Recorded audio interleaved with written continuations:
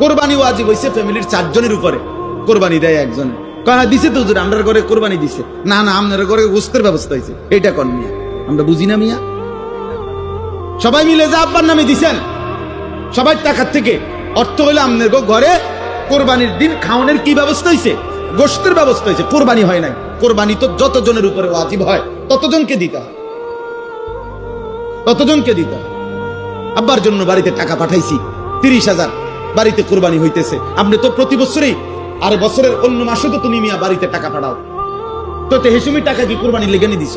তাহলে বাবার জন্য তো মানুষ উপার্জন করার কারণে ঘরে তো টাকা দেয়, সেই এই কারণে কি তার কোরবানি মাফ হবে? তোমার কোরবানি কই?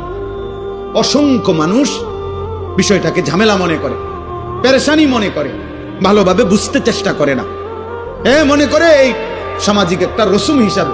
আমি এই জন্য প্রায় বলি, প্রতি বছর মনে রাখবেন, মনে তো হয় হজে গেছে অনেক লোক, কিন্তু ফরজ হইছে কতজনের উপরে, গেছে কয়জন সেটা বলে। প্রতি বছর তো মনে হয় অনেক গরু জবাই হইতেছে, কিন্তু কোরবানি ওয়াজিব হইছে কয়জনের উপরে, আর আদায় করছে কয়জন সেইটা বলেন মিয়া, সেই হিসাব বলেন।